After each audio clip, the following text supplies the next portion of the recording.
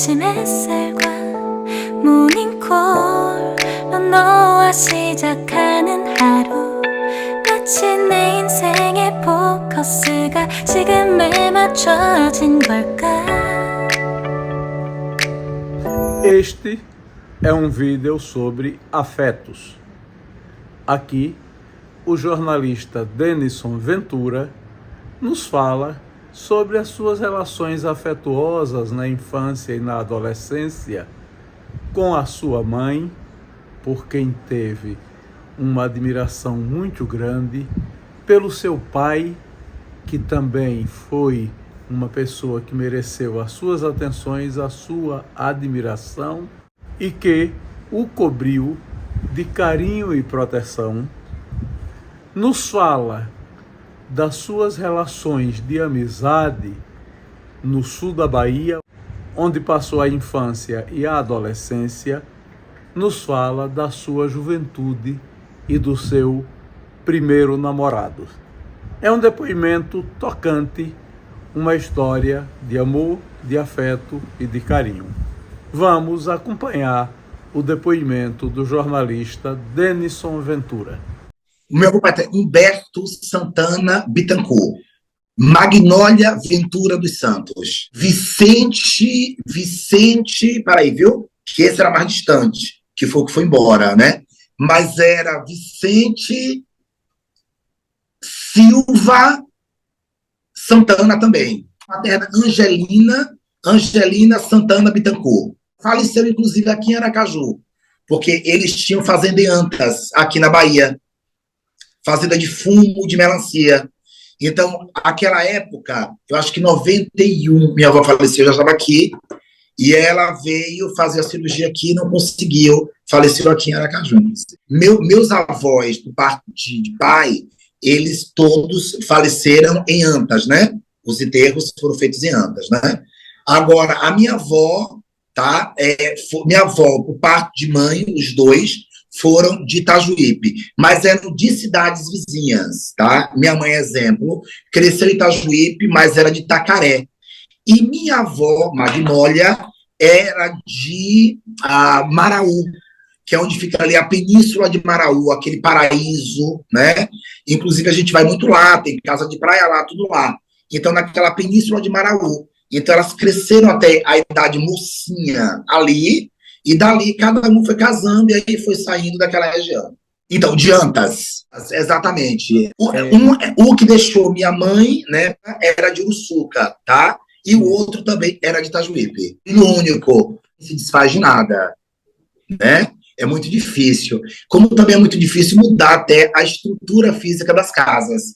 Moderniza-se ali com ar-condicionado e tal, mas essas linhas retas, né? Elas são ou para quem vem agora dessa geração, que está construindo, senão as cidades do interior elas são muito parecidas. Então, Itajuípe é como Estância, parece muito Estância. Itajuípe parece muito...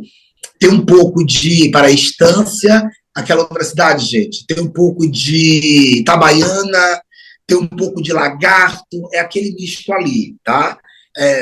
Algumas ruas asfaltadas, outras com paralelepípedos.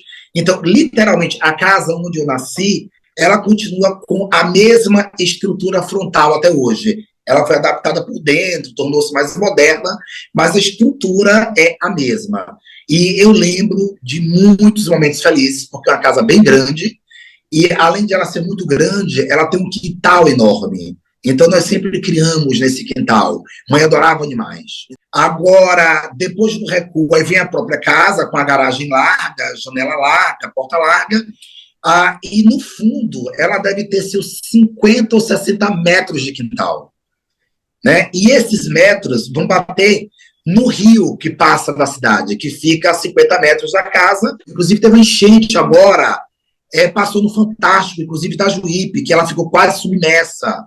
O rio subiu quase 20 metros e mais 5 metros depois da vazão. E aí, esse rio passa no fundo da casa. Então, eu lembro de muitas vezes nós saímos, né, do fundo da casa e íamos tomar banho de rio, eu com a turma da escola. Então, havia algumas partes bem calmas no rio, E a gente saía, tomava banho no rio, e depois voltava para casa. Então foi uma infância, bem infância mesmo, porque os eletrônicos, que são os videogames, os Ataris da vida, só foram aparecer lá pelos, sei lá, 14 anos, 13 anos, né? Até antes disso, infância era infância, era bola na rua, né? Brincadeira de gude, e tudo que a gente puder pensar de brincadeira de rua de criança. É uma casa tipicamente de estrutura de muitos anos, né? Então ela tem, eu acho que ela de construída ela tem seus 90 anos, essa casa, 90, né? Bem do início mesmo da cidade, então a gente é uma cidade relativamente nova em emancipação. E aí é uma casa com uma, duas, três, são 3 salas grandes, sequenciadas, e na lateral de uma das salas, né, fica a garagem, e depois da segunda sala é que vem aí mais 4 quartos da casa e as suítes, etc. Então a casa bem comprida e bem ampla. E só morávamos dela eu, pai e mãe nessa casa. A gente já tinha incorporado isso antes de eu ter lembranças. O banheiro já foi incorporado, mas no fundo da casa, por manhã tá sempre lidando com política, então final de semana lá em casa era sempre muito movimentado, algo que me irritava bastante, que eu sou, sabe, eu gosto de gente, mas eu gosto de muito de reserva. E Painho era um capricorniano que era muito quieto, mas ele era uma pessoa tão bacana, tão nobre mesmo, o pai era muito nobre, que ele nunca reclamou das invasões. Então eu lembro assim, quase todo dia à mesa lá em casa, na hora do almoço, tínhamos, obviamente, dias só nós 3, mas havia dias em que havia 10 pessoas à mesa, porque manhã, por ter sido deixada muito nova e ter tido um pai a partir dos 10, né, e por os meus 2 avós serem brancos e ela ter uma mãe negra, então ela já tinha essa consciência do que era discriminação, do que era luta. Era uma mulher que falava em prol da educação, sabe? Ela encabeçava os movimentos de educação na cidade, ela lutava contra os preconceitos LGBTQIA+, naquela época, os desfiles gays, ela dava as roupas dela e eu nem tinha sexualidade definida ainda. Eu era só uma criança. Tá?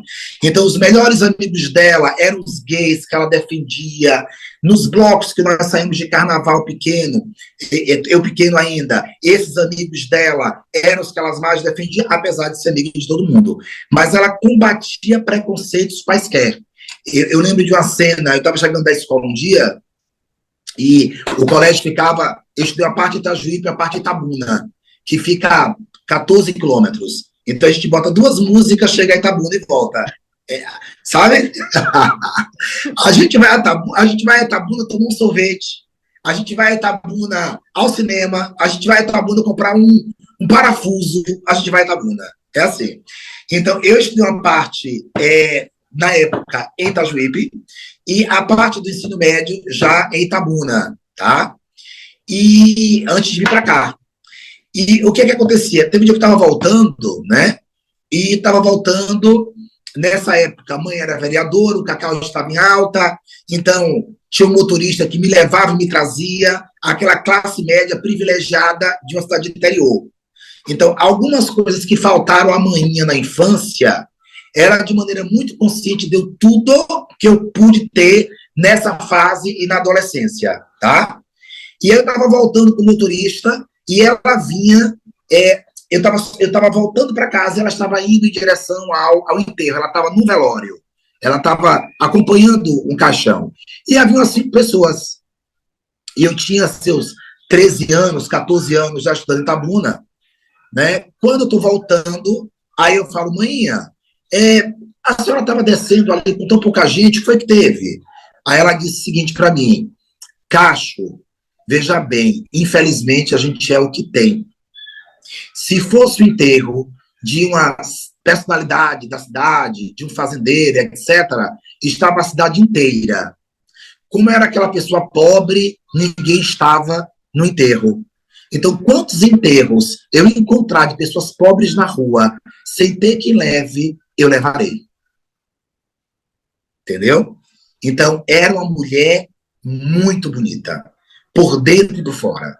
Era uma mulher diferenciada. Então, eu também me emociono. Quando eu ouço as pessoas falarem hoje em grandes mulheres, eu cresci com um grande homem e com a grande mulher dentro de casa. Porque meu pai nunca perguntou, mesmo sem eu ter consciência ainda da minha sexualidade, que eu não tive preocupação. Eu fui uma criança feliz. Eu fui um adolescente de muitos amigos. Então, meu pai nunca perguntou na minha casa, ô rapaz, cadê sua namorada? Nunca perguntou. Nunca perguntou. Nem lá. E eu ainda cheguei a namorar algumas meninas, que eu gostava, inclusive, afetivamente, mas elas não me completavam, ok? E ele nunca perguntou, quando eu deixei de namorar, e por incrível que pareça, o meu primeiro namorado, né, teve algo muito semelhante. A mãe do meu primeiro namorado, na adolescência, era secretária de educação da cidade, mãe era política. E a gente se bateu. Um dia eu estava passando de carro dirigindo na cidade. Todo mundo novo dirige na cidade, né? Quando é interior. E ele passando também, ele falou: ei, é você que é o filho de Gilca? Eu falei: sou. Quem é você? Sou filho de Soraya, que era a secretária de educação. Aí eu falei: de tia Soraya, que é uma exímia professora de português, inclusive. Está viva até hoje, ela tem uns 90 anos, maravilhosa. Mulher linda, elegante. Aí ele falou assim: eu soube que você tem umas fitas de Atari muito boas, você me presta? Eu falei: como é seu nome? Aí ele disse, e dessa amizade nós nos apaixonamos. Foi o primeiro amor, e aí eu conheci essa homossexualidade com afetividade. Eu não conheci com a questão do corpo, do sexo. Eu conheci com afeto, que foi olhar para o outro e falar: o que é que eu estou sentindo? O que é que eu estou achando a barba dele bonita? Por que é que ele também não consegue mais me deixar? Entendeu? Foi dentro desse ângulo. E mãe e pai nunca me perguntaram nada. Então foi uma descoberta muito bonita, né? Eles tiveram muito respeito com a minha descoberta, né? Eles tinham medo das maldades do mundo. Tudo bem? Era uma época que a homossexualidade era diferente. Gays eram mortos, assassinados, explorados, né? Tanto que quando adulto eu dizia: minha mãe, fique tranquila. Se eu não achar alguém para casar bacana, que te dê orgulho, eu não caso com ninguém. Então, eu cumpro isso até hoje. Entendeu? Se não for alguém de família, estabilizado, pessoa bacana, de valores, eu não quero, tá tudo bem, vida que segue. Entende? Eu acho que isso ficou no meu subconsciente, de não dar essa preocupação a meus pais, mesmo pós-mortem. Entendeu?